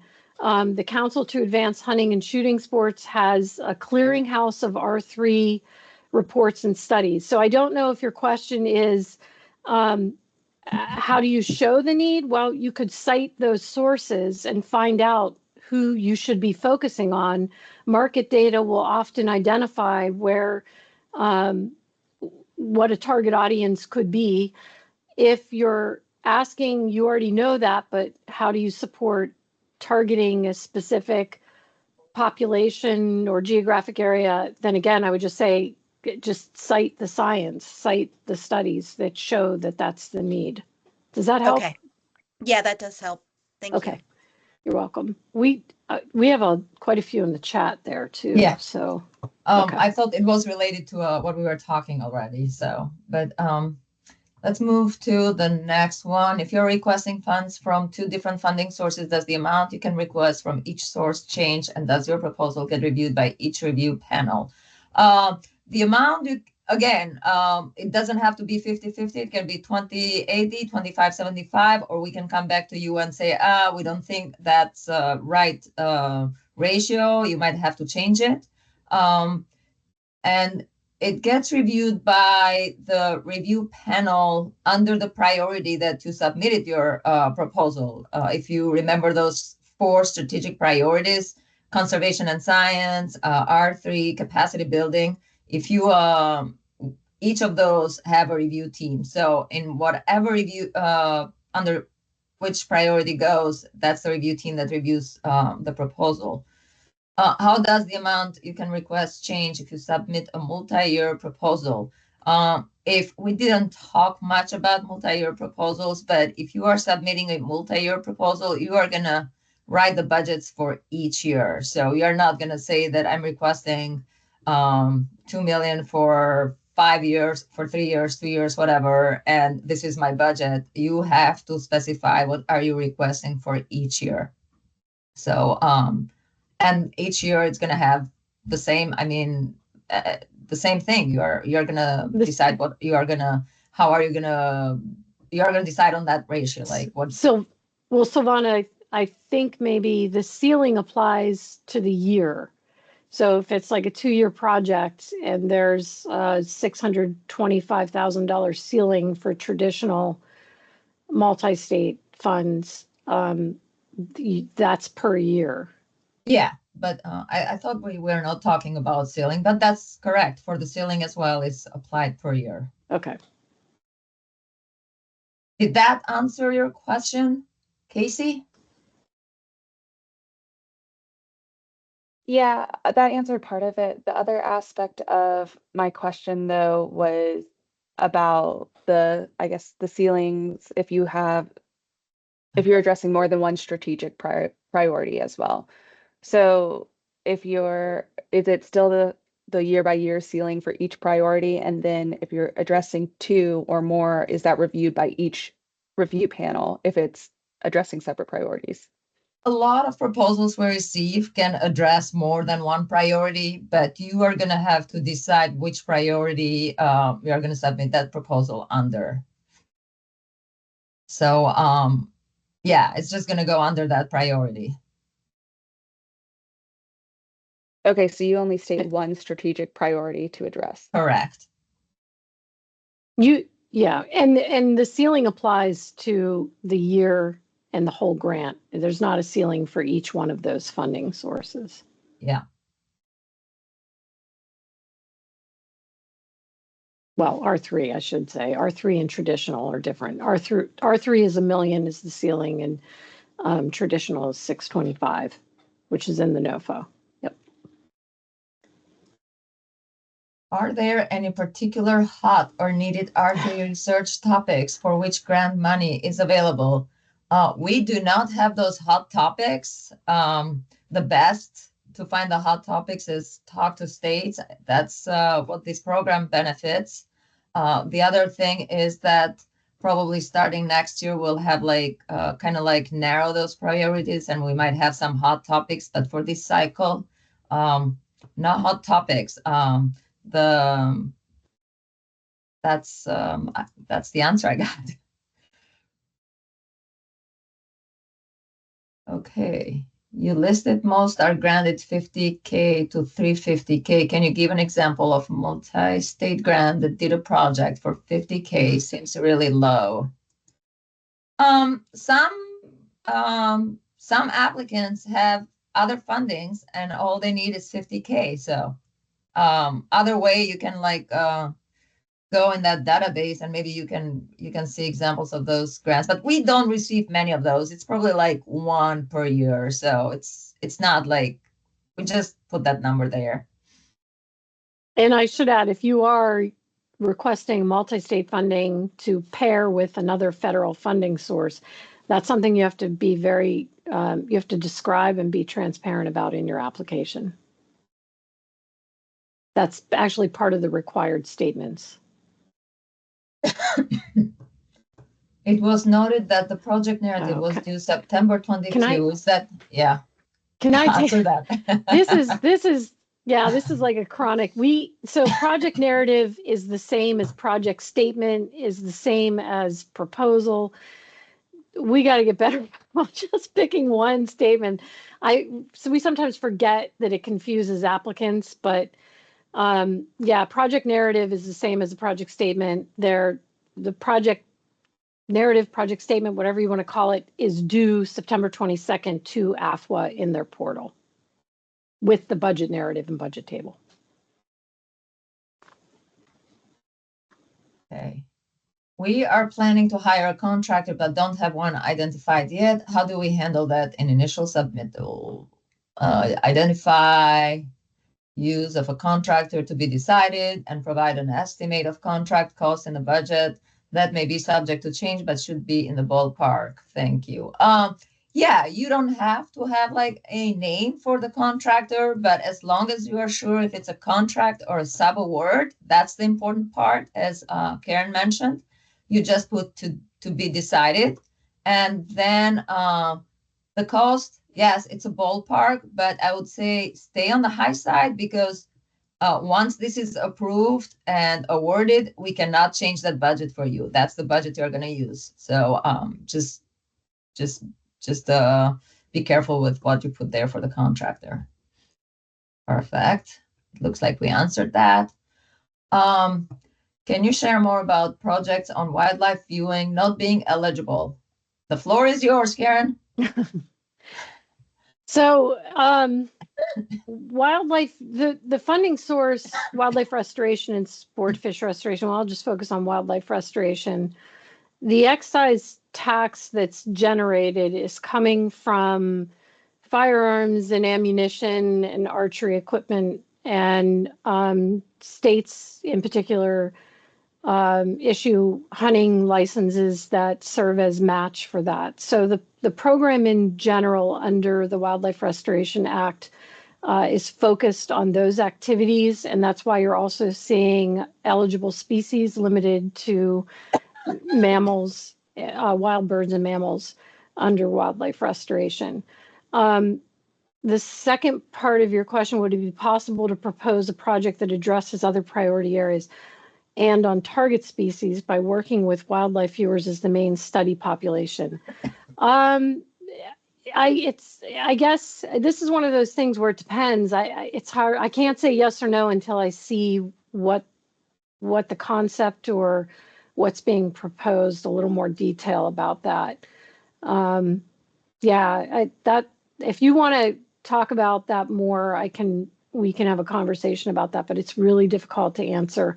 And the other thing, we not saying that this is the case, but I just want to make everyone aware when we talk about eligibility that in the purpose of the program, that it's important that in spirit and intent that is the focus rather than trying to make something eligible by including other things.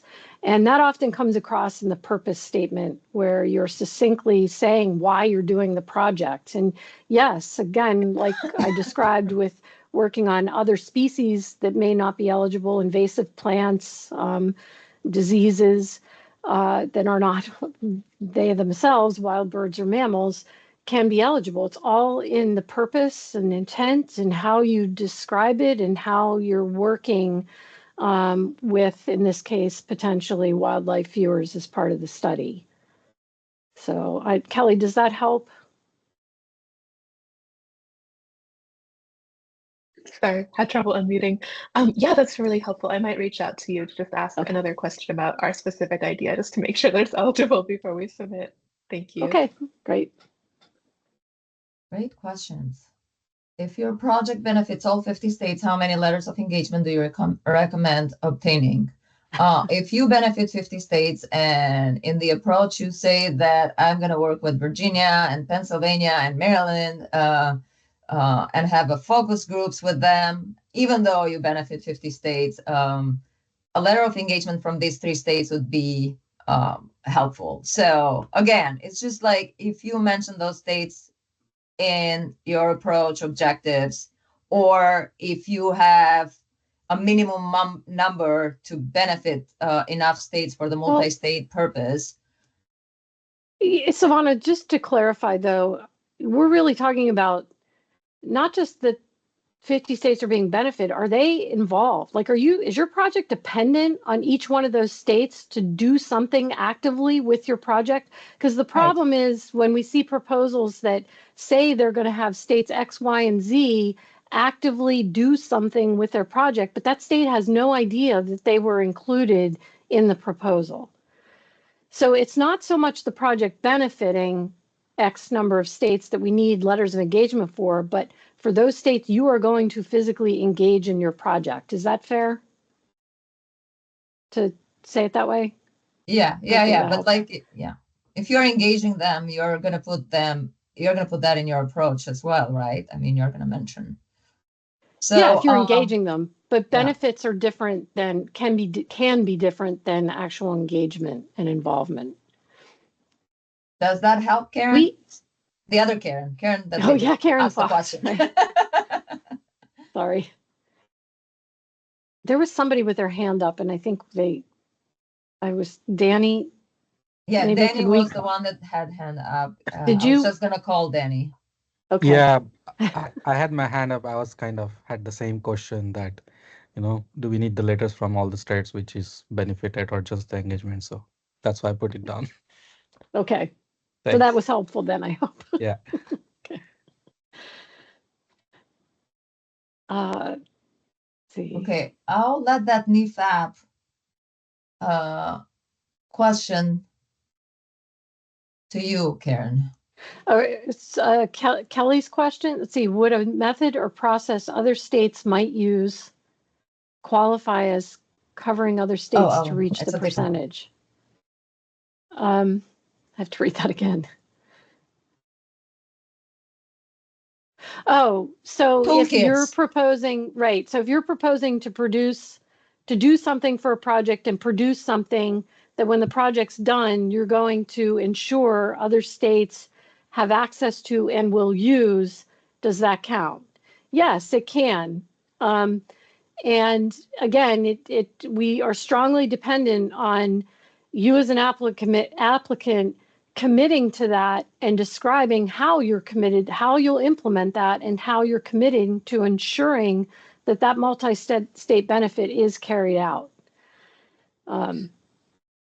Which, can be tricky because, go ahead. Sorry. So if you're producing something that would benefit a state, let's say a product or a GIS data set or something, do all the states that you would imagine it benefiting have to be like submit an engagement letter? Or are they part of the project? No. If they're benefiting from it, I guess? No, I mean, if you're let's say you're picking 5 states that you want to be involved in the model development that's going to be shared with 30 states, those 5 states, if your approach is dependent on those 5 states setting aside time and attending meetings and giving feedback, then letters of engagement are needed for those 5 states, but not for all of the other states who you expect and anticipate will use and benefit from that product. Gotcha. And the 5 states that would contribute to the modeling, do they have to cover the 50% parameter? Well, If you're I gonna would, yeah, get they your would data be, to 30 states. yeah, they would be part of that, of course, because they're involved, and presumably would want that product. But it's those other states that are probably going to round out you meeting the 26 or greater or 50% or more of a region. Gotcha. That Thank you. help? Okay. Yep. You're welcome. Yes. Yeah. Okay, I'm gonna let you take on NEFAP one too. Oh, wait. What could you, what is Does the NEFAP, Lou? does the Fish Habitat Partnership Okay. qualify as a project that benefit a majority of states in a U.S. Fish and Wildlife Service region? Can this grant qualify as a non-federal match for a NEFAP project? These are like federal funds, and I would say no, but I will let you give the expert answer. Okay, so the first part, NEFAP, okay, qualify as projects. Well, I mean, the partnership at all, you have to have objectives. So it's not the partnership that's being supported, but objectives that the partnership would be carrying out for a specific purpose. And then again, that benefit only counts is if the thing that the objectives you're carrying out and the things that you're producing or delivering actually do benefit and will be used by those by the number of states that are required, either nationally or in a region. So hopefully that helps for the first part. And then the second part, can this grant, which is all federal funds, qualify as non-federal match for a project? I'm not, it's federal money, so it can never be considered non-federal match. If the partnership has non-federal funds that it needs to match with other partner funds and you'd like to use multi-state, I'd have to look into that, but as long as I'd have to look into that because it gets a little complicated. Like, are you then required to report that non-federal funding source that you already have as part of your budget, even though match is not required? Normally, when you apply for grant funds, you need to report your entire budget, even if there's no match requirement. You're acknowledging that you can't accomplish the project with just the funding you're requesting from multi-state, that you need this other funding source too to make a whole feasible project. So if you want to keep, this might be a situation where you need to give me a call so we can talk this through, because I don't want to mislead you here, but this can be complicated without additional details. Okay. We have federal funding for hunting and shooting sports education programs. However, we are no longer able to pull any funding for fishing activities. For this project, we want to submit for supplemental funding to add fishing programs. Do we need to include the budget for the whole education program or just for the fishing part? That's going to be just for the fishing part. There will be some overlap. For example, a volunteer manager helps with engaging and training all volunteers, not just hunting or fishing. So I think that's where that part comes, like percentage, like how much percent of the time is that person going to spend with fishing only that you're applying for? So it's a cost allocation issue, but it's also duplication. There's a couple of things going on here. And again, if this is what you're planning to submit, we should probably touch base to make sure that it's submitted in a way that's clear to the reviewers. Right. Because I'm not sure what you mean by we have federal funding for those other programs, but you don't have for fishing. And can you make fishing its own project, or do they have to commingle? The minute they start commingling, then we have to make sure that the budget, the duplication statements are there, and the cost allocation method is described. Did that Melanie, did that answer your question? Yeah, call is good. Okay. We can definitely Um, talk through it, Karen. Thank you Okay. guys for that. Sure. So saying you plan on putting your one state R3 project on clearinghouse and saying that it will benefit 50 states as a result does not meet the requirement, right? Yep, that's very correct. You Yeah. want to say more about that? I think we have Yeah, said a lot about that. Yeah, that is an issue. That's what we're trying to address with this additional information. So if you've applied in the past and that's been the case, we're trying to fix that now. There has to be more than we're meeting it by dumping it on not dumping it, but uploading it to the clearinghouse and the repository, and we just hope people will find it. It's a fantastic resource. It really is, but that's just like one piece of making it accessible. It doesn't fulfill the actual benefit. All it does is fulfill the access to people who could benefit. Does that help? Thanks for that question, Tanaya. Yeah. Someone raised a hand here, but I couldn't see who was it. Can you please unmute yourself and ask the question, unless your question was answered already?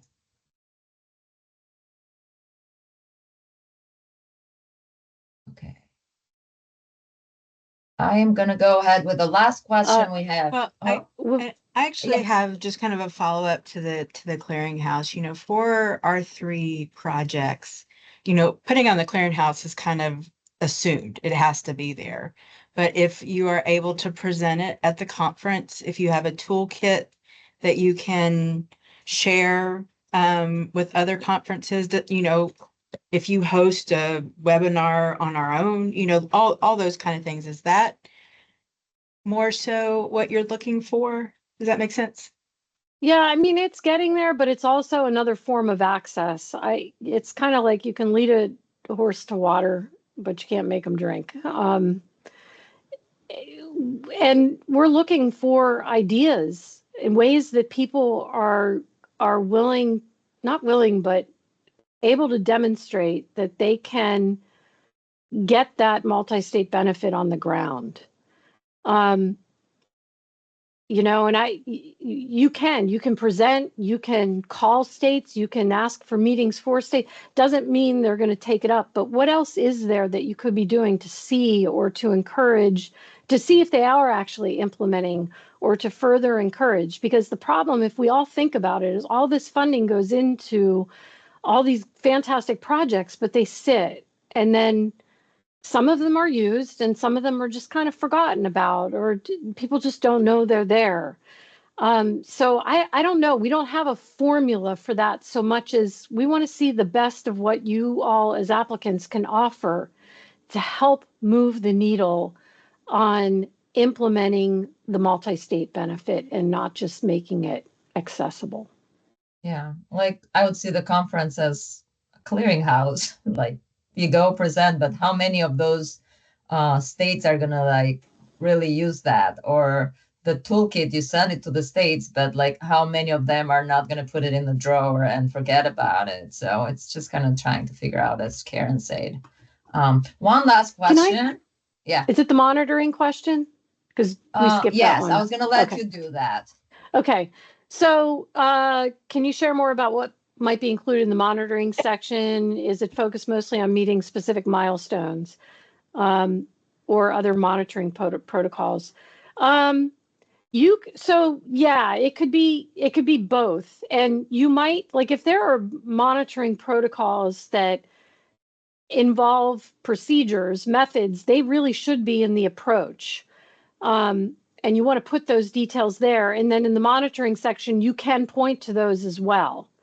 And you should point to those as well. So it's a combination of, are you monitoring the progress of your project? So you're not waiting till September to begin when you were scheduled to start in April. And it's almost like forcing you as an applicant to think about how you're going to manage the project in reality as it's playing out. But certainly if there are specific monitoring protocols you're applying for your project or your study or your management effort that will demonstrate. That's almost getting more into the almost evaluation and effectiveness. So there's some crossover there too. So you know, if it's there in one of those sections and we can find it, and you're not going to be dinged if you put it in the wrong section. We need to know it's there, but you don't have to duplicate if you feel like you've addressed it somewhere else. You can mention where else to find that information. Great. I think we're done with question, and we're like only 5 minutes over the time. So Awesome. if you all have questions that you forgot to ask, or you just think about those later, please, please, please feel free to call or email me or Karen. We are here. One other thing real quick I want to mention, we cannot review applications prior to them being submitted, but we can talk to you about your concepts and eligibility. And there's no guarantee that what we tell you and talk to you about, if it looks different when it's coming in or there's some miscommunication, it still may not be eligible when we review it. I just want to put that caveat out there, but we are more than willing to have conversations, look at things in email. It would be fine. Awesome. Well, thank you everyone for making it here and going through this for 2 hours and 6 minutes. Appreciate it. Thank you, everybody. Have a great rest of the week. Bye. Bye-bye.